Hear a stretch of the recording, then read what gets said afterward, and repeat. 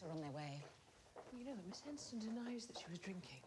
Well, I don't suppose it's something she's proud of. Maybe the girls can shed some light. The police will want to speak to them as well.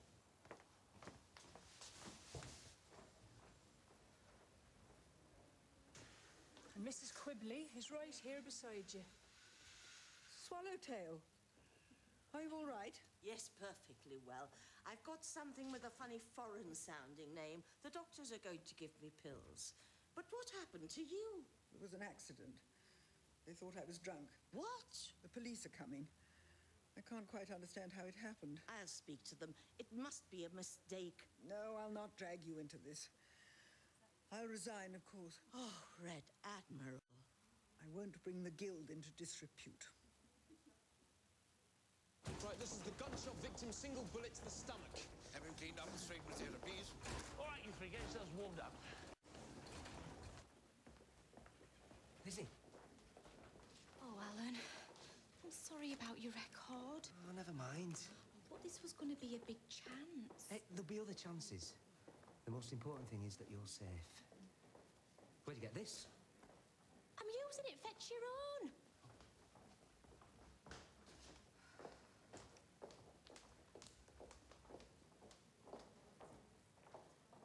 You all right?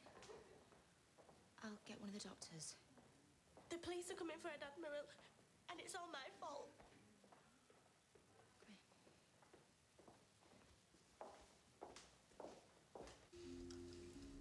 Blood pressure's still down. He's losing blood as fast as we can get it in. Forceps, please. Swabs.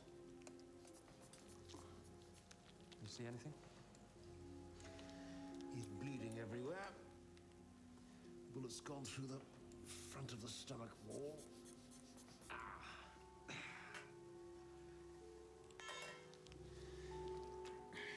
And made a hell of a mess of the inside.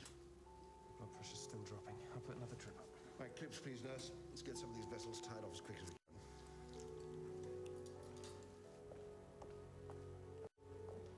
That's why you shouldn't bother with booze at your age. It makes you do things you don't really mean. If I talk to the police, do you think they'll arrest me? Not if you own up. Explain exactly what happened.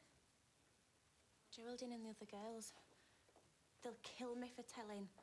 How will you feel if you don't?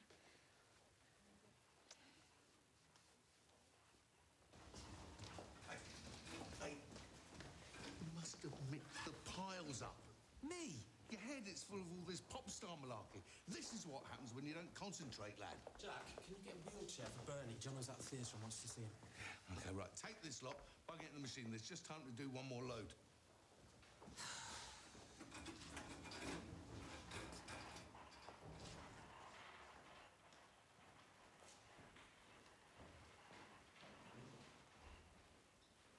I accidentally drank gin. I don't understand. Why on earth was there gin on camp? I brought it. I mixed it with the blackcurrant so you wouldn't see. Good Lord. Then you were right, Doctor. I was drunk at my post. This is your first camp and your last, Missy. Well, to be fair, it wasn't just Rita. I think she was only doing it to be part of the gang. All the other girls bring something. Cider, sherry. And all those nights when we were sitting round the campfire drinking pop.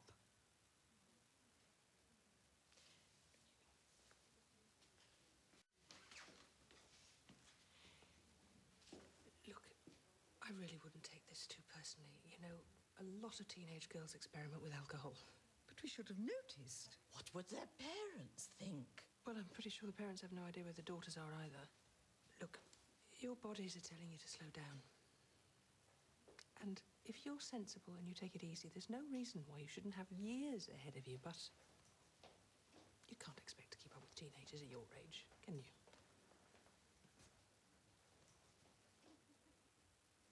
I suppose it has been getting harder. Yes, you're right, Doctor. It was ridiculous to think we could carry on forever. Better to go now than be pushed, Mrs. Quibley.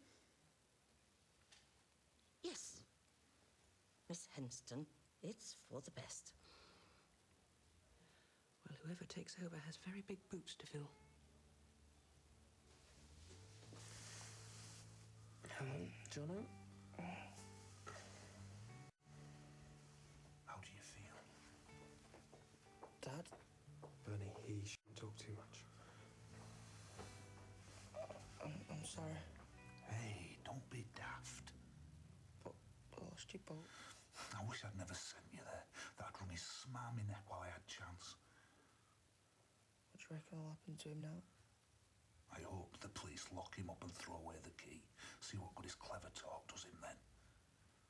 I used to think that Lenny Lomax had it all. You're worth 10 of him, son. There we are, lad. Bang on the deadline. I told you it'd be a doddle. A doddle? I've got socks floating before my eyes. Teething problems. We're into the swing of it now. I reckon we could do an express service if Pearl goes away again. Pearl, you're early? Waste of space, much like you, Jack Bell. Aye. So this was why Miss McAteer was all hoity-toity. Just a few bits for a mate. Like a Chinese laundry, she said. Accuse me of exploiting your goodwill. Well, I didn't ask her to come snooping round. I should have known you wouldn't have offered to help if there weren't something in it for you.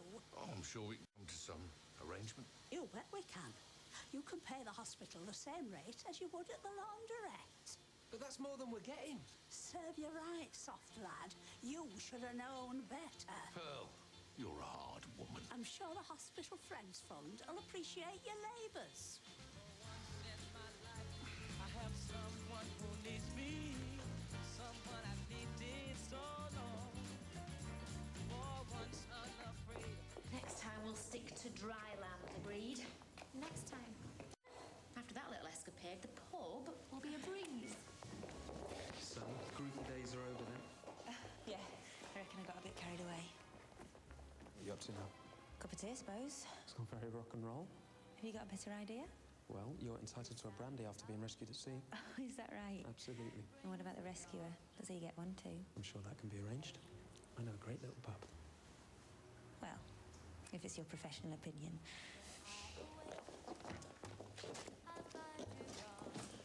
Well, the girls don't seem any the worse for wear, do they? Well, luckily for Johnny, the girls are on the boat with him. Mind you, to be perfectly honest, I can't see what the attraction is. No, don't suppose you can. If Radio Neptune's the king of the airways, I'd hate to see what the others are like. Do you know, Gordon, that's what I love about you. You've always got both feet firmly on the ground, haven't you?